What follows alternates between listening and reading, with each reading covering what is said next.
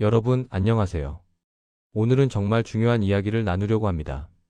혹시 어느 날부터인가 예전 같지 않다는 느낌 들지 않으셨나요?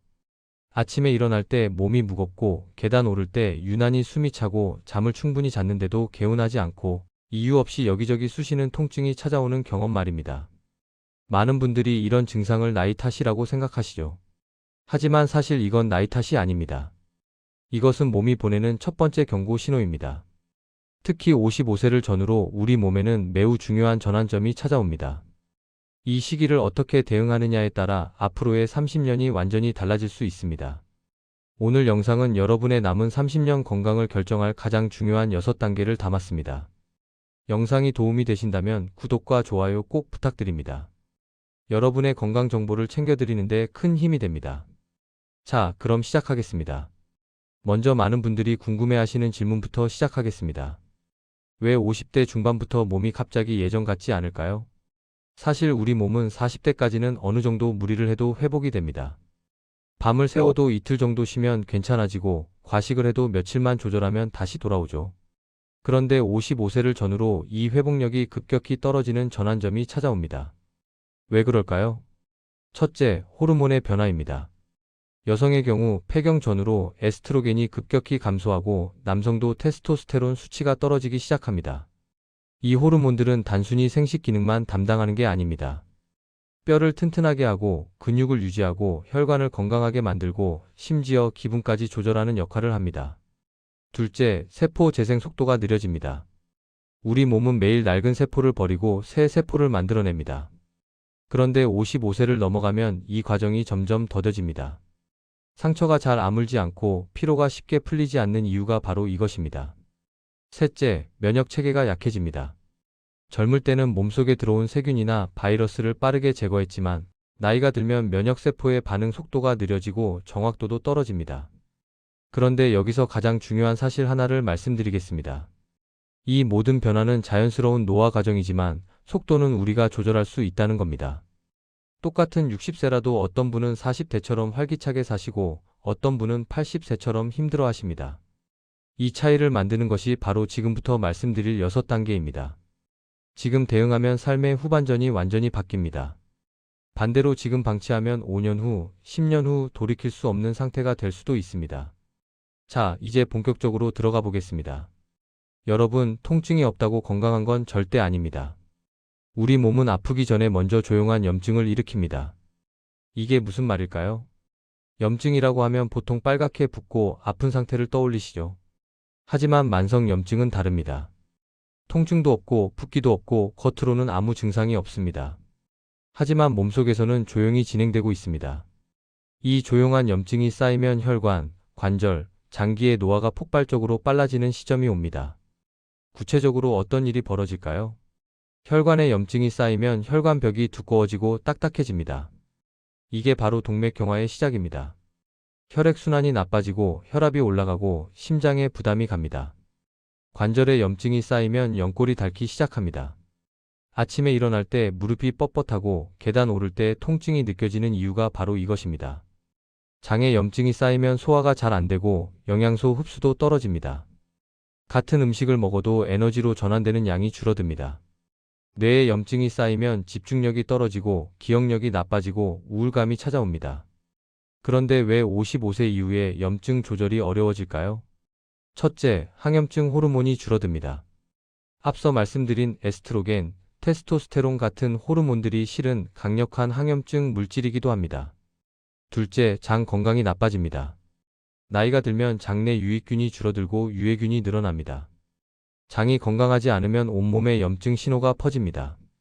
셋째, 스트레스 회복력이 떨어집니다. 젊을 때는 스트레스를 받아도 금방 회복됐지만 나이가 들면 스트레스 호르몬이 몸에 오래 남아 있습니다. 이것도 만성 염증의 원인이 됩니다. 이 염증이 만성 피로, 수면 장애, 관절통과 직접적으로 연결됩니다. 그리고 방치하면 암, 뇌혈관 질환, 심장 질환 위험까지 이어집니다. 이제부터는 어디가 아픈지보다 왜 몸이 계속 불편한지를 이해해야 합니다. 원인을 알아야 해결할 수 있습니다. 자, 그럼 이 조용한 염증을 만드는 주범은 무엇일까요? 가장 무서운 건 우리가 스스로 만드는 생활 습관입니다. 지금부터 55세 이후에 가장 위험한 3가지 습관을 말씀드리겠습니다. 혹시 해당되시는 분 계신가요? 첫 번째, 아침 공복 습관의 함정입니다. 많은 분들이 아침을 거르거나 커피 한 잔으로 때우십니다. 간헐적 단식이 유행하면서 더 많은 분들이 아침을 안 드시죠. 하지만 55세 이후에는 이게 독이 될 수 있습니다. 왜냐하면 밤새 공복 상태가 이어지면 혈당이 너무 떨어집니다. 그러다가 점심에 갑자기 식사를 하면 혈당이 급격히 올라갑니다. 이걸 혈당 롤러코스터라고 합니다. 혈당이 급등락을 반복하면 췌장에 부담이 가고 인슐린 저항성이 생기고 염증 수치가 올라갑니다. 그리고 오후 내내 피곤하고 집중력이 떨어집니다.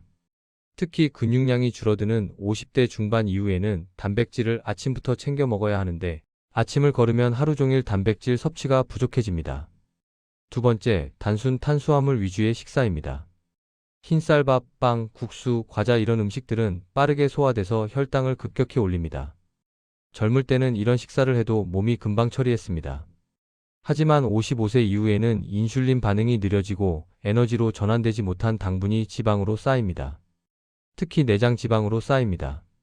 내장 지방은 단순히 보기 싫은 게 아닙니다. 내장 지방은 염증 물질을 만들어내는 공장입니다. 내장 지방이 늘어날수록 온몸에 염증이 퍼집니다. 세 번째, 잠들기 전 1시간의 습관입니다. 많은 분들이 저녁 늦게 식사하시고 TV 보면서 과자를 드시고 스마트폰을 보다가 잠드십니다. 이 3가지가 몸 전체 염증을 좌우합니다. 늦은 저녁 식사는 소화기관이 쉴 시간을 빼앗습니다. 잠을 자는 동안에도 위와 장이 일을 해야 하니까 제대로 된 회복이 일어나지 않습니다. 스마트폰의 블루라이트는 수면 호르몬인 멜라토닌 분비를 방해합니다. 멜라토닌은 수면의 질을 높일 뿐 아니라 강력한 항산화 물질이기도 합니다.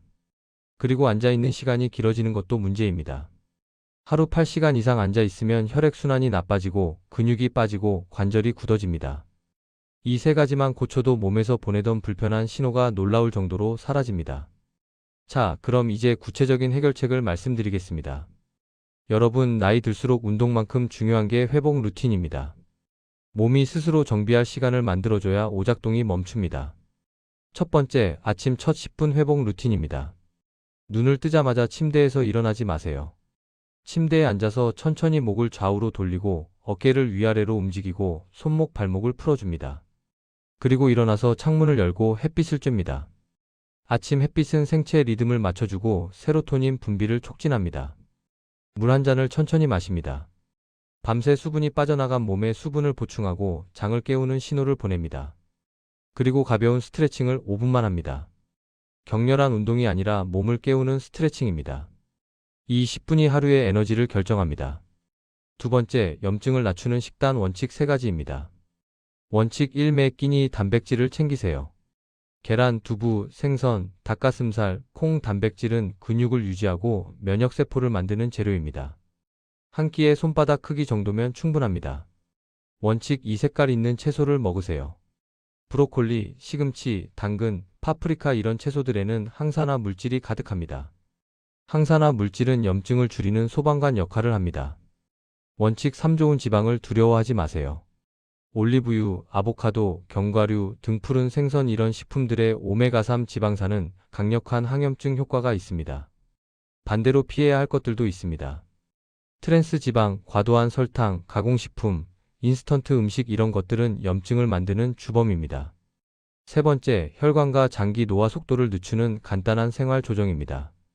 하루 30분 걷기를 시작하세요. 걷기는 가장 안전하고 효과적인 운동입니다. 심장 박동수를 적절히 올려주고 혈액 순환을 돕고 근육을 유지합니다.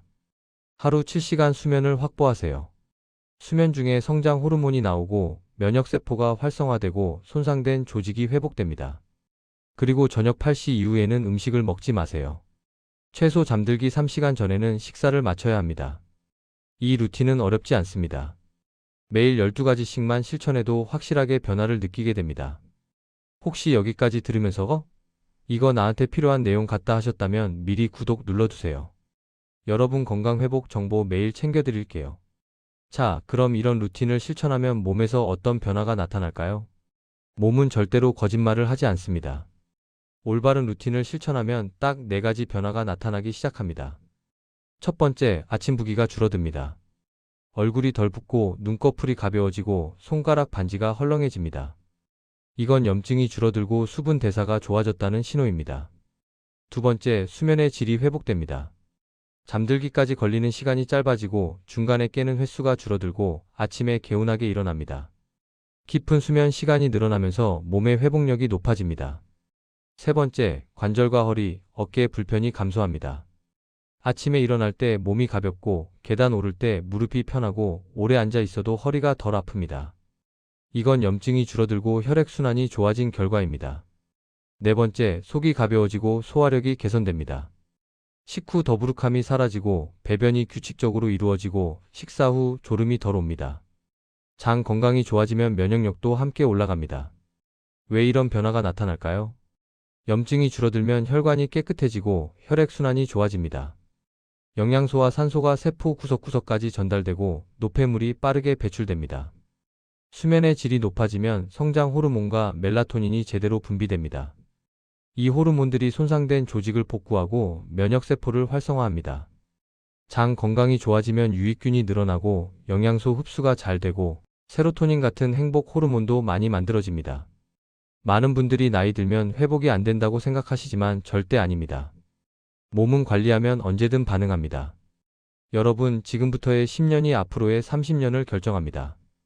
오늘 알려드린 6단계만 제대로 실천하면 지금 느끼는 피로와 통증, 염증, 체력 저하가 분명히 달라집니다.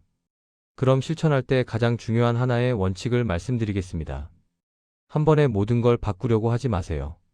한 가지씩 천천히 시작하세요. 이번 주에는 아침 물 한 잔 마시기부터, 다음 주에는 저녁 일찍 먹기, 그 다음 주에는 30분 걷기. 작은 변화가 쌓이면 큰 변화가 됩니다. 그리고 그 변화는 평생 갑니다. 지금 바로 시작해야 하는 이유가 있습니다. 5년 후, 10년 후에 시작하면 이미 손상된 부분이 너무 많아집니다. 혈관이 막히고 관절이 닳고 근육이 빠지고 나면 회복하기가 정말 어렵습니다. 하지만 지금은 아직 늦지 않았습니다. 지금 시작하면 몸은 반드시 반응합니다. 여러분의 건강한 후반전을 제가 함께 챙겨드릴게요. 꼭 구독 눌러두시고 좋아요는 영상 만들 때 큰 힘이 됩니다. 다음 영상에서는 가장 빨리 몸이 변하는 7일 루틴을 알려드릴게요. 오늘도 건강하세요. 감사합니다.